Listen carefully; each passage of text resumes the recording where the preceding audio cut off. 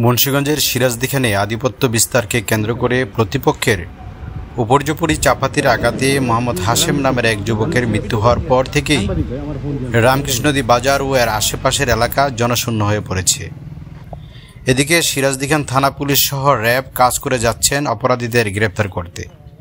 জানা যায় গত রাতেই মামলা হয়েছে এবং ইতিমধ্যে কয়েকজন আটকও হয়েছে এবং অন্যান্য আসামিদের ধরতে মাঠে কাজ করে যাচ্ছেন প্রশাসন। আচ্ছা, সিরাজদিখান থানার লতবদি ইউনিয়নের রামকৃষ্ণদী গ্রামে আজকে দুপুরবেলা আমরা জানতে পারি যে একজন লোককে রামকৃষ্ণদী বাজারে তাকে আঘাত করা হয় এবং সে ইনজুর্ড হয়। এটা জেনে আমরা পুলিশ দ্রুত এখানে চলে আসি। আমরা দেখতে পাই যে দুইটা পক্ষ এখানে তারা বিবাদমান অবস্থায় আছে, তবে দূরে আছে, তারা কোনো সংঘর্ষ তখন করছিল না। তো আমরা পুলিশ আসাতে তারা আমাদের উপস্থিতি দেখে তারা চলে যায় এবং তারপরে কোনো সংঘর্ষ হয় না।